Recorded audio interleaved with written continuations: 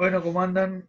Este video va a servir para el capítulo 6 del libro de Ternavasio, el capítulo que se denomina La unidad imposible, y trata básicamente sobre el Congreso de 1824. En el capítulo anterior, que es el 5 que explicamos en el anterior video, tenía que ver cómo se fueron conformando ese proceso de autonomías provinciales cuando cayó el gobierno central después de la batalla de Cepeda, y ahondamos sobre lo que se conoce como la feliz experiencia en la provincia de Buenos Aires, cuando se crea como provincia, cuando los fondos del único puerto de ultramar que tenían las Provincias Unidas eran propios de la provincia de Buenos Aires, se sacaba de encima el sostenimiento de las provincias del interior que no tenían puerto, se profundiza el conflicto entre Buenos Aires y el interior, ¿no? En lo que se conoce como las guerras civiles entre unitarios y federales, y, se ejecutan las llamadas reformas rivadavianas, ¿no? En el gobierno de Martín Rodríguez, el ministro de Gobierno Bernardino Rivadavia aplicó una serie de reformas en el ámbito económico, político, cultural, religioso, que transformaron la provincia de Buenos Aires, ¿no? Bueno, eso era el tema del capítulo 5. Ahora, este capítulo 6 lo que hace es, cuando se produce un nuevo intento de unión nacional y se convoca a las provincias en un nuevo Congreso Constituyente, ¿no? Que es el Congreso de 1824. Bueno, entonces, en resumen, el Congreso en 1824 se reunió un nuevo Congreso Constituyente, como decíamos, con el objetivo de lograr la organización nacional, y en este Congreso se evidencian las posiciones entre los unitarios, ¿no? Que defendían un régimen centralizado, y los federales, que pretendían un régimen con mayor autonomía de las provincias.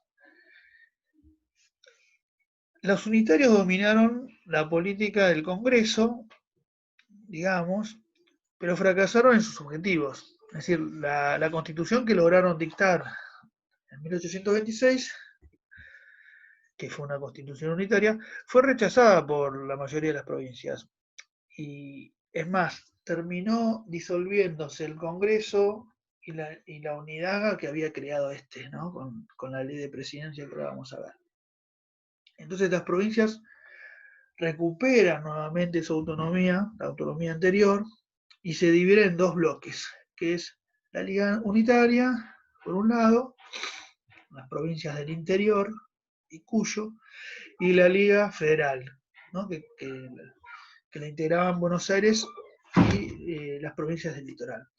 Estas se enfrentaron militarmente, donde esta segunda resultó la vencedora, ¿no? Y ahí comienza lo que es la Confederación Rosista, ¿no? Bueno, todo eso trata el capítulo número 6. Entonces, a partir de la ley electoral de 1821, en la provincia de Buenos Aires, el Partido del Orden, gracias a esta ley, se logra consolidar, digamos, porque mantenía en el control de dos instituciones básicas, el ejército y las milicias, ¿no? Entonces, gracias a ese control que tenían los integrantes del Partido del Orden, logran imponerse en las elecciones, ¿no? En 1824 hay un grupo que se separa del Partido del Hombre, que tenía un fuerte arraigo en los sectores populares, se transformó en una dura oposición. Entonces, bajo el liderazgo de Manuel Dorrego y Manuel Moreno, logró ocupar este grupo escindido, que es el Partido Popular, que luego devino en Partido Federal, ocupó algunos escaños en la Sala de Representantes de la provincia de Buenos Aires, ¿no? Sin embargo, cuando se elige nuevo gobernador ¿no? En reemplazo de Martín Rodríguez, este nuevo gobernador fue Juan Gregorio de las Heras, como el sucesor, bueno, de Martín Rodríguez. El grupo que rodeaba a Rivadavia, ¿no? Que era digamos, quien lideraba el Partido del Orden, digamos, se alejó de este partido. Rivadavia mismo emprendió un viaje a Europa, luego volvió como presidente, después vamos a ver, y, y fue reemplazado Rivadavia como ministro de gobierno Manuel García. Bueno, el gobierno bonaerense estaba preocupado principalmente por demostrar unidad, ¿no? Ante el mundo, ante Gran Bretaña, ¿no? O sea, si querían que Gran Bretaña, ¿no? Que era la máxima potencia, quería que reconociera a esta nación como independiente, ¿no? Que lo reconocieran independiente, eh, tenía que demostrar unidad política y estabilidad. Sin embargo, la situación política era muy difícil, especialmente la ocupación brasileña, ¿no? En la banda oriental, que venía desde que antes Brasil sea independiente, es decir, eh, desde que lo que hoy se conoce como Brasil era todavía una colonia, digamos, portuguesa. Esa situación, la oposición política que tenía el Partido del Orden o el gobierno, digamos, hacía mucho hincapié para que el gobierno toma alguna iniciativa con respecto a ese tema, ¿no? Con respecto a la recuperación de la banda oriental, digamos.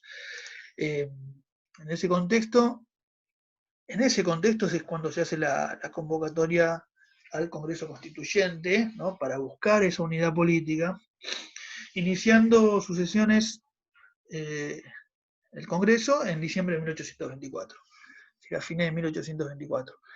La primera disposición que tomó el Congreso fue lo que se llama la ley fundamental, ¿no? ¿Qué es esto? Esta ley declaraba primeramente el Congreso Constituyente, ¿no? Y estableció que hasta que se sancionara una constitución, ¿no? Para toda la unidad política o toda la nación, cada provincia se debía regir por sus propias instituciones, ¿no? Pero debía delegar provisoriamente la función de poder ejecutivo nacional en el gobierno bonaerense, ¿no? El gobierno bonaerense era el encargado de las relaciones exteriores. Este Congreso también firmó, como decíamos nosotros, un tratado de amistad, comercio y navegación con Gran Bretaña, ¿no? En el que ésta reconoció la independencia de las Provincias Unidas de La Plata. La inicial concordia, ¿no? Que había en Buenos Aires, en la provincia de Buenos Aires principalmente, se fue erosionando, por un lado, ante la actitud personalista de las Heras, dice el texto de Ternavasio, y por el otro fue la cuestión de la banda oriental y la oposición política que había al Partido del Orden o del gobierno. ¿Qué más sigue el texto?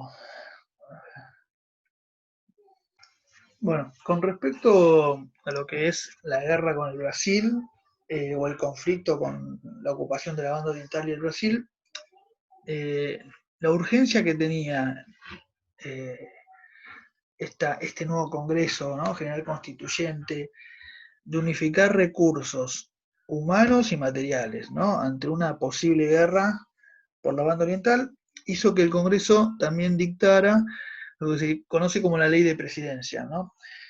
Esto ocurrió en febrero de 1826 y Rivadavia, que recién había venido de Europa, fue elegido presidente. Sin embargo, el Congreso, en el Congreso comienzan las diferencias, ¿no? Entre unitarios y federales y toda la oposición política, ya que esta ley, ¿no? La ley de presidencia, planteaban algunos, vulneraba lo que es la ley fundamental, ¿no? Rivadavia asumió en un clima de tensión política interna, ¿no? Por este conflicto de las provincias que tenían que ceder ante esta ley de presidencia, ante un ejecutivo, digamos, que antes no existía como entidad política, que es la presidencia de la nación. La ley fundamental hablaba que provisoriamente había que ceder, digamos, en el gobernador de la provincia de Buenos Aires, digamos, las relaciones exteriores o el Poder Ejecutivo Nacional. Cuando esta ley de presidencia vulneraba eso. Entonces, en ese contexto, Rivadavia asume en un clima de tensión política interna y de conflicto externo con el Brasil. ¿Por qué con Brasil? Porque en abril de 1825 se produce una acción política militar llamada el Juramento de los 33 Orientales, ¿no?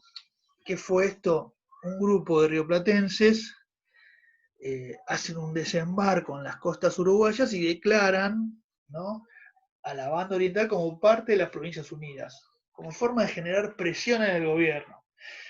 Y el Congreso ratifica esto. El Congreso, ante esa presión política, lo ratifica como que la banda oriental es parte de las Provincias Unidas, y eso hace que Brasil le declara la guerra a las Provincias Unidas.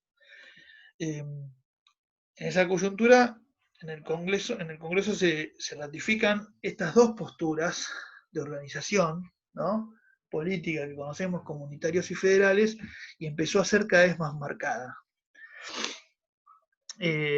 Bueno, la situación política se radicalizó aún más cuando Rivadavia presenta al Congreso lo que se llama la ley de capitalización, ¿no? Esto fue en marzo de 1826. Esta ley de capitalización declaraba a Buenos Aires como capital nacional. Esto obviamente también vulneraba lo que es la ley fundamental, porque le sacaba a Buenos Aires una parte muy importante. Acá tengo, a ver si lo encuentro en una fotografía. Ahí va.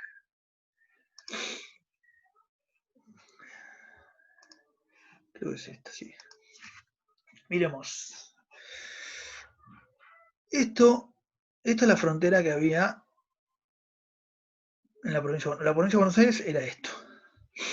Y toda esta franja, que va desde Tigre, o lo que se llamaba el río Las Conchas en ese momento, Tigre, hasta Ensenada, toda esta franja, acá en esto se ve lo que es hoy la capital federal, pero toda esta franja pasó a ser territorio federal, es decir, capital federal. Entonces le saca una parte muy importante a Buenos Aires, que es el puerto, que es el principal recurso, y toda la costa atlántica, del Río de la Plata, y acá ya es del Río de la Plata, pero era ultramar, no era Atlántica. Y además, esta ley divide el territorio bonaerense en dos provincias más. La parte al norte, con capital en San Nicolás, se llamaba la provincia del Paraná, y la parte al sur, con capital en Chascomús, se empezó a llamar la provincia del Salado. Bueno, esta ley tuvo un importante rechazo por parte de los federales porteños, ¿no?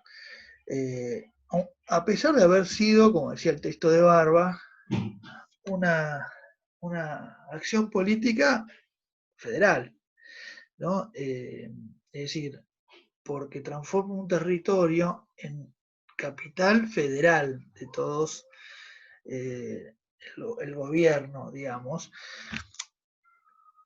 y además Rivadavia destilado del Partido Unitario, por lo tanto es muy controversial, por eso el texto de Barba, ¿no?, entre la conceptualización de unitarios federales rosistas, ¿no?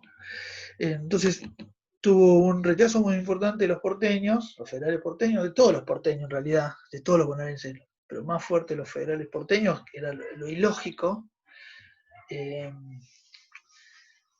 y terminó aislando al grupo unitario rivadaviano, al grupo rivadaviano más que nada, pues además esto lo que hacía es suprimir la sala de representantes de la provincia de Buenos Aires que existía anteriormente, ¿no? Había que generar dos nuevas salas de representantes, dos nuevas provincias, y además suprimía las instituciones provinciales que se habían creado desde 1820. Lo más serio para la clase dirigente, terrateniente, bonaerense, fue la pérdida de, del recurso más importante, que es la aduana, ¿no? De la fuente de recursos más importante.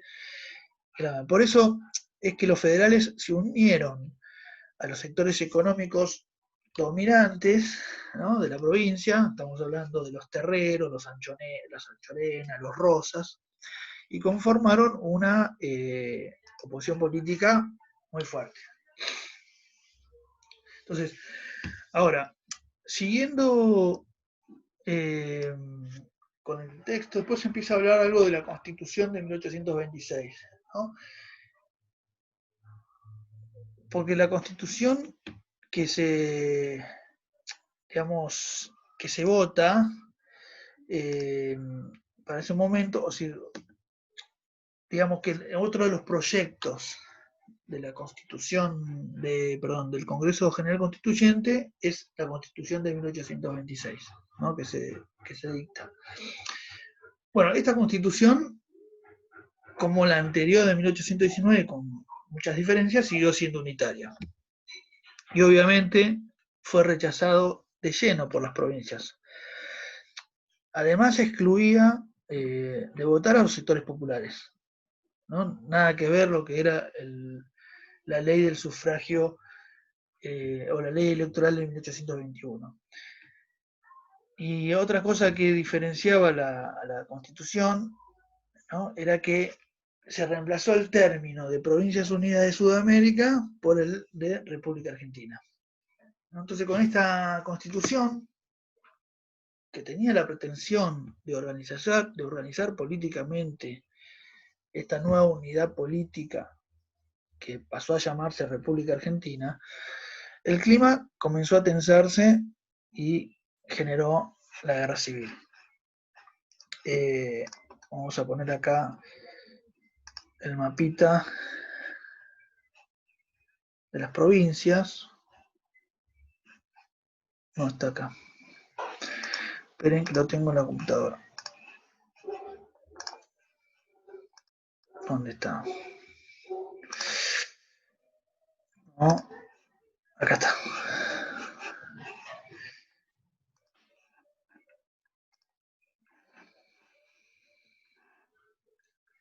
No, acá está. Bueno, acá se ven las provincias que se fueron generando en esta década de 1820, ¿no? Bueno, Mendoza, San Luis, San Juan, La Rioja, Catamarca, Tucumán, Salta, Jujuy es posterior, desde 1834 se forma la provincia de Tucumán, Córdoba, Santiago del Estero, bueno, Santa Fe, Buenos Aires, con esa frontera que tenía, Entre Ríos y Corrientes, Misiones, es de fin del siglo XIX, cuando se separa de la provincia de Corrientes, ¿no? Digamos. Bueno, entonces decíamos que el clima empezó a tensarse y estalló la guerra civil. Facundo Quiroga, por ejemplo, se transformó en el representante de los intereses políticos de lo que son las provincias del noroeste, ¿no? Esta que, cuando hablamos de las provincias del noroeste, estamos hablando de, bueno, La Rioja, que era su provincia natal, Catamarca, Tucumán, Santiago del Estero, Salta.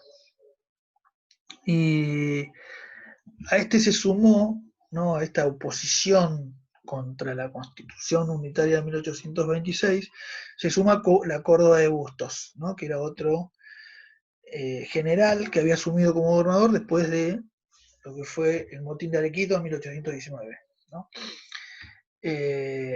Para 1827, el otro año, se suman, bueno, La Rioja, que ya estaba, Santiago del Estero, San Juan, rechazan toda la Constitución. En el frente exterior, ¿no? Cuando La Valleja desembarcó en Uruguay, como y dijimos que declaraba la incorporación de la banda oriental a las Provincias Unidas, ¿no? creo que ya lo dijimos, bueno, buscaba presionar al Congreso para actuar ante la oposición española, ¿no? A la oposición brasileña, digamos. De hecho lo logró, ¿no? Y el Congreso, como dijimos, vota la incorporación y el emperador de Brasil, como le dijimos, declara la guerra en diciembre de 1825. Entonces, eh, la guerra, vamos a explicar más o menos la guerra con el Brasil, que acá continúa el libro. Rivadavia nombra a un general que es Carlos María de Alvear, ¿no? Como el jefe del ejército. Un ejército que fue nacionalizado por ley, ¿no? Ante un ejecutivo nacional.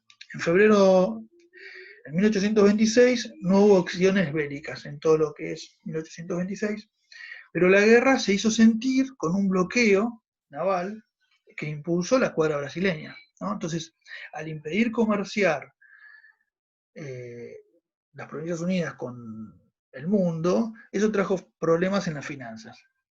Por ello, en febrero de 1827, el ejército argentino derrota en una batalla aplastante, la batalla de Ituzaingó, a las tropas brasileñas.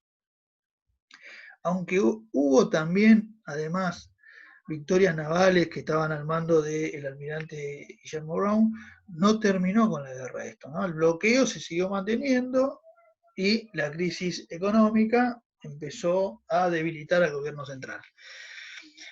Inglaterra, que también era perjudicada, ¿no?, en sus intereses comerciales, decidió intervenir, ¿no? Entonces propuso que la banda oriental no perteneciera ni a Brasil ni a Argentina, ¿no?, como un pacto de paz, lo que se conoce como un estado tapón, ¿no? Un estado entre dos grandes estados, con la sola intención de que haya un estado tapón para que nadie le impide el ingreso de sus mercancías por el río, los ríos interiores, que es la entrada hacia el río de la Plata. Sin embargo, el enviado del gobierno, ¿no?, para sellar esa paz se excedió, ¿no?, era Manuel García, y firmó un tratado que cedía a la banda oriental del imperio, además la libre navegación de los ríos. Bueno, esto terminó acentuando la crisis, ¿no?, esa decisión política.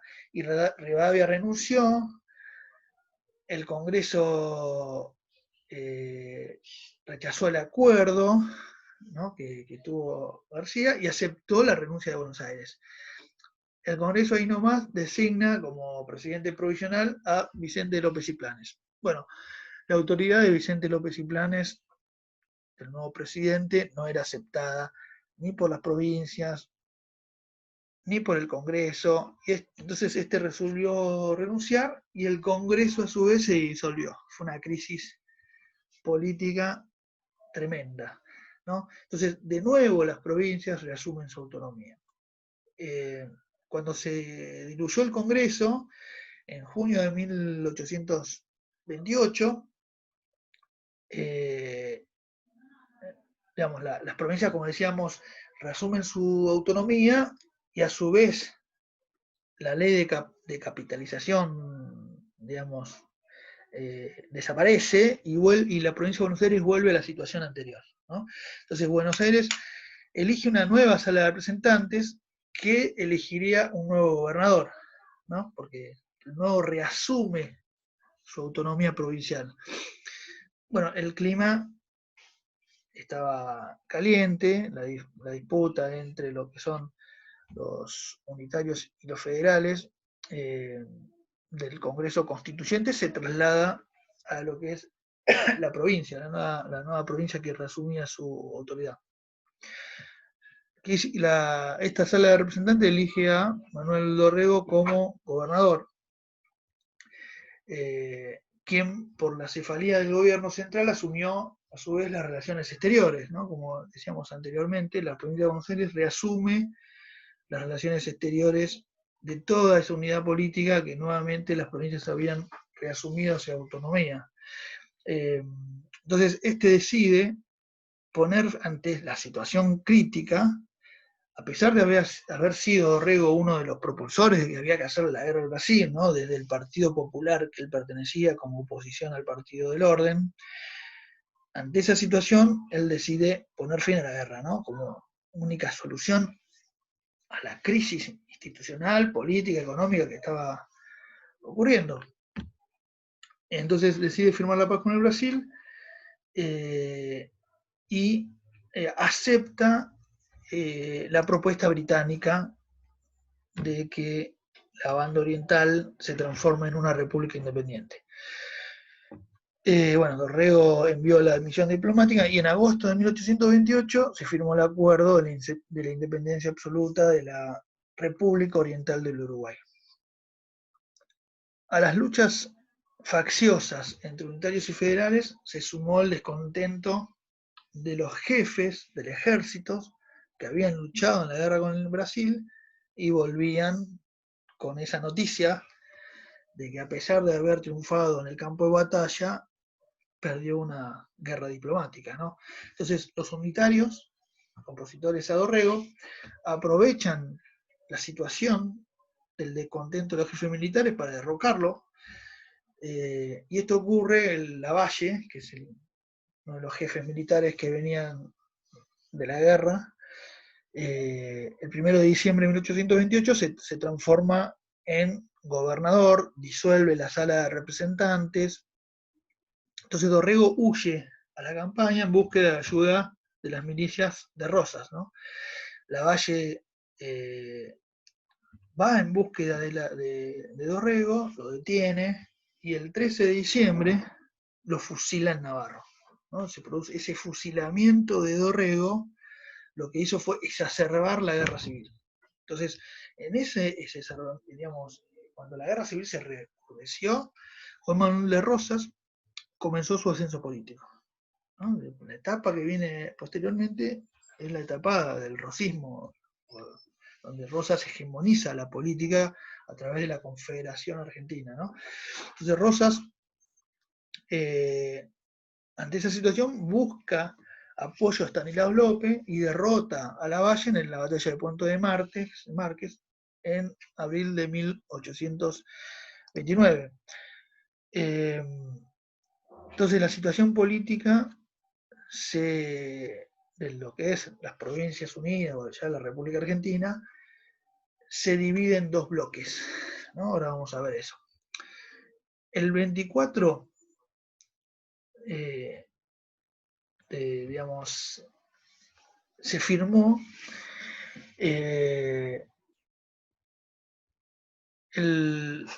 decía, a ver, se me hizo un hueco. Decíamos que los Rosas y Estanislao López derrota a Lavalle en la batalla de Puente de Marco. Entonces, a partir de esa derrota, Lavalle lo que hace con estos vencedores es firmar un pacto, que se conoce como el Pacto de Cañuelas entre Rosas y Lavalle.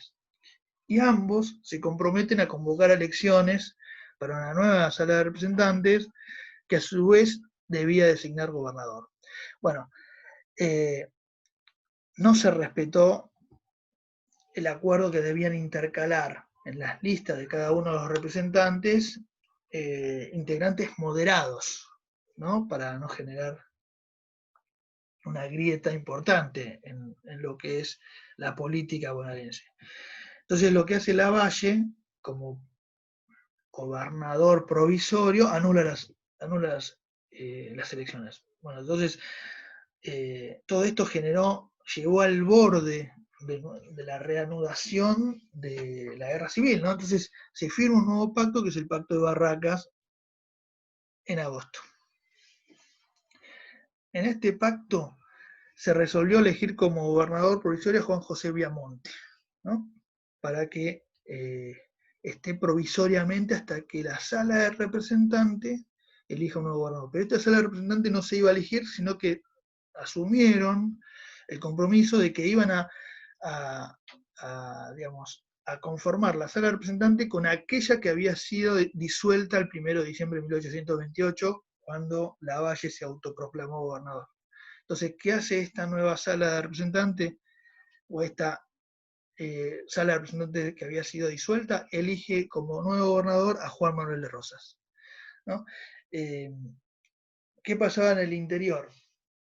Otro de los generales que volvía a la guerra era el general Paz, ¿no?